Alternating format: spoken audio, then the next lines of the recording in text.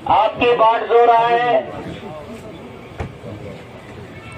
भारत माता की, भारत माता की। और कहाँ लगाएंगे?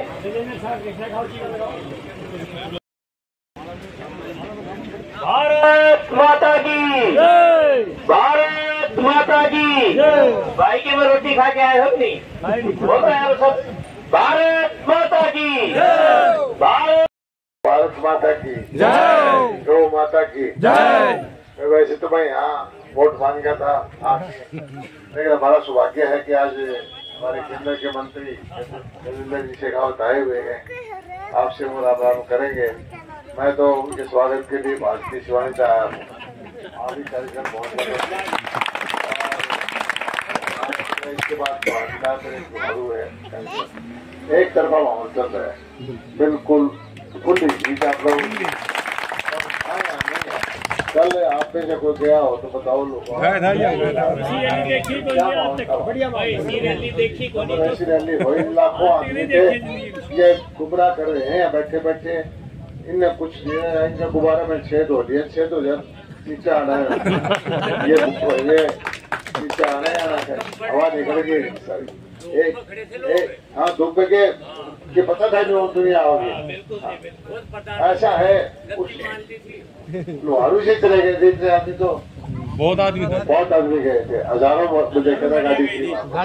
तो एक सारा माहौल का आपको पता ही है। दूसरी बात यह है कि आपने सारा हिसाब लगा लो कि भुट्टा साहब ने यहाँ किया क्या है। 10 साल उनका शासन था, जब कुछ किया नहीं, बाद में 10 साल नहीं हो गए, यहाँ कोई आता तो है नहीं होगी।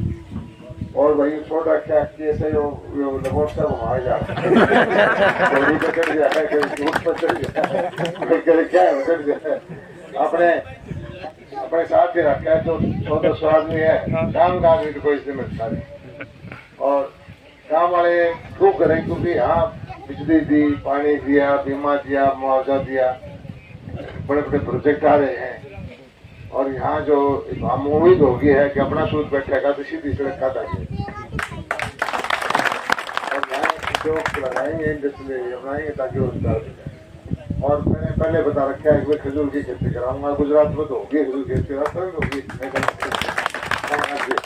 और खेती यहाँ करा जाएंगे। बिल्कुल किसान की आमदनी बहुत अच्छी हो जाएगी। धीरे धीरे करके अच्छे प्रकार तरक्की करेंगे। और ये जो है आपने देखा है कि हाँ द्वारा सोचो, इसको पता नहीं कहाँ से उठा साहब उसके नया फैशन चला है, कोई ठेकेदारी करती होगी, भुट्टा की ठेकेदारी दे दी इसको। कोई ठेका लोहारू का ठेका ले लिया, खर्चा पानी तो मैं दे जाऊंगा, तो वोट लिया। लेकिन ऐसा वोट को मिलता नहीं भाई, इसको कोई वोट देने वाला नहीं है। ये थोड़े बहुत जो बाहर से बुला रखे हैं भाई गाँव काम के, ये भी उल्टे हटना के, ये भी तो मुश्किल हो रही बात करें, थोड़े से शर्म से आओ उल्टे क्योंकि एक महीना हो गया टेंशन दे सकते। शुरू में दिन में खर्चा पानी दिया करता, कभी साल में भी दिया करता है, वो उल्टे अब वो कंजूसी कर ला गया। इसने पता लग गया तो हार तो ले आए, इसे दिन पकड़ने मुश्किल हो रहे हैं। और यही हाल इसका नहीं, कांग्रेस में भी यही हाल है। सारे कैंडिडेट जो है, कहीं चुनाव दिख रहे कांग्रेस के आपने, कहीं कुछ नहीं है। सारे चुनाव के अंदर एक ही देखते हैं भाई, शैलजा रूसरी है, एक नंबर दूसरा रूसिया है, रूसिया है। सिर्फ भुट्टा साहब उसका बेटा है, और उनमें भी अब सोचा है कि मेरे ख्याल में आखिर तक झगड़ा हो लेगा, वो देगा मैं बनूंगा तो अपना कुछ है नहीं, ये माहौल है। तो आपको मैं इतना ही कहता हूँ, बहुत बढ़िया माहौल है। और इसे जो हमारा समाज है, शेखावत है, दूसरे साथी हैं, सुखदेव है, सारे वोट पड़े एक का करके इस बूथ का ऐसा वोट डाल दो ताकि गजेंद्र सिंह शेखावत जी की मान सम्मान हो, उनकी इज्जत बढ़े। वे काम में आए हैं तो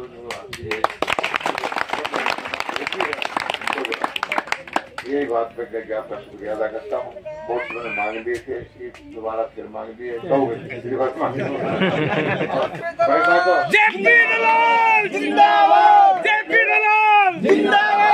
मेरा यार मैं उसका कैंडिडेट में खड़ गया है। मैं जब आता हूँ तो आपको कहता मैं हाथ जोड़ के पाप पकड़ के कोई बार वोट दियो।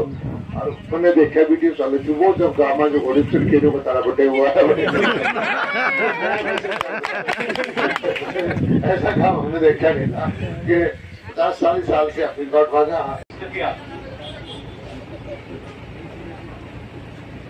हजारों साल के इस इतिहास में भारत की सनातन संस्कृति के बाद में आई और दुनिया से समाप्त भी हो गई। ये हमारी भारत की सनातन सभ्यता और संस्कृति केवल और केवल इसलिए बची रही कि भारत में सब जाति समाज के लोगों ने इस संस्कृति को बचाने के लिए अपनी पीढ़ियों का रक्तदान किया, बलिदान किया। और विशेष रूप से क्षत्रिय समाज ने संस्कृति के मानबिंदुओं की गाय, गंगा, गौरी, गीता, गायत्री इन सब की रक्षा के लिए अपने आप को मिटा करके भी इनका सम्मान बना करके रखा है। और अब की बार का जो चुनाव हो रहा है यहाँ हरियाणा में विशेष रूप ये चुनाव कोई दो प्रत्याशियों के बीच में चुनाव नहीं है। जेपी दलाल साहब के सामने और इनके सामने जो कांग्रेस के कैंडिडेट खड़े उनके सामने बीच में चुनाव नहीं। क्योंकि अगर दो कैंडिडेट के बीच में चुनाव होता और हम तुलना करते तो इस लुहारू विधानसभा में जेपी दलाल साहब ने जितना काम किया है कोई तरह की बराबरी, कोई तराजू में तोल करके देखते कोई तरह की बराबरी हो सकती थी क्या? आप मुझे बता दो। इतने लोग मैं जिस दिन इनका नॉमिनेशन फाइल कराने आया था उस दिन मैंने ऐसे ही गांव में एक जगह पे इस विधान जो है विधानसभा से बाहर निकला, इस चौराहे पे बैठ करके चाय की दुकान पे रोड साइड में बैठ करके मैंने पूछा तो उसने कहा साहब नाली ले आयो घंशीलाल और पानी ले आयो जेपी दलाल। जो उसने कहा वो भी वो बात आपके सामने चौधरी बंसीलाल ने पूरा हरियाणा देखेगा जी, लेकिन मंत्री साहब का फोक सकाली लुहारू हल्के पर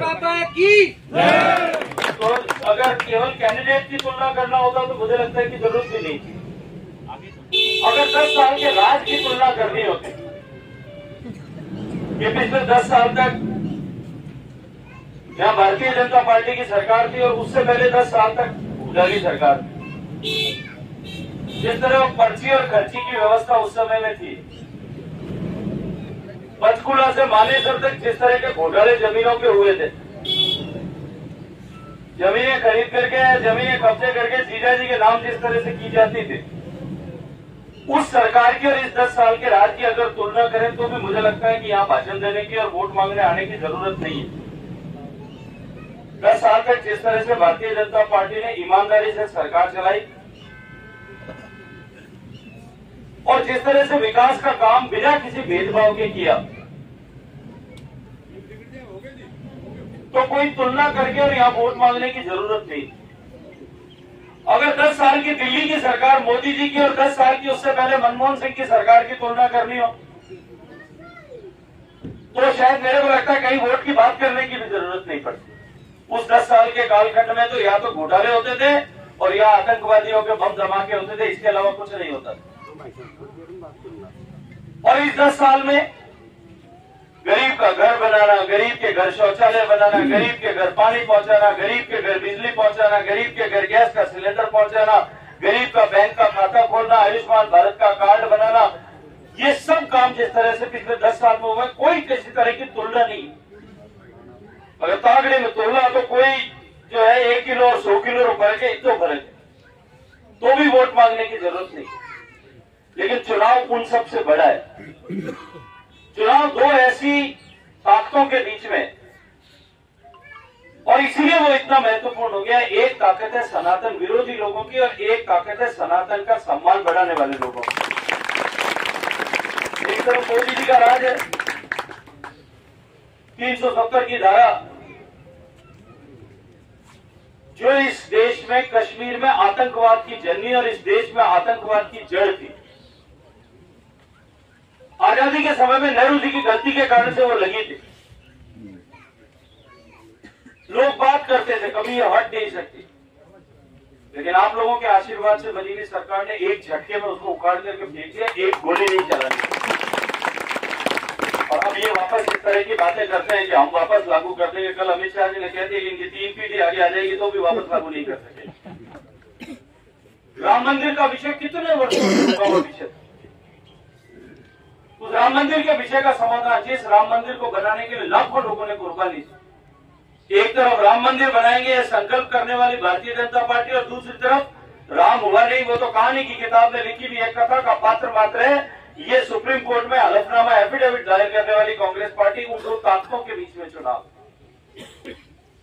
एक तरफ हम गंगा की, देशी गाय की, देशी खेती की, योग की, संस्कृत की, आयुर्वेद की, इनकी महत्ता पूरी दुनिया में स्थापित करने वाले लोग, और दूसरी तरफ सरेआम ये कहने वाले मल्लिकार्जुन खड़गे कांग्रेस पार्टी के राष्ट्रीय अध्यक्ष हैं, वो ये कहते हैं कि ये सनातन जो है ये डेंगू और कोरोना के जैसा, इसको जल्दी समाप्त होना चाहिए, सनातन धर्म को खत्म करना चाहिए। इनके साथ में जितने गठबंधन में सरकारें, चाहे वो आज का पार्टी है, चाहे वो आम आदमी पार्टी होगी, और चाहे दक्षिण भारत में चले जाओ वहां पे जो स्टालिन की पार्टी होगी।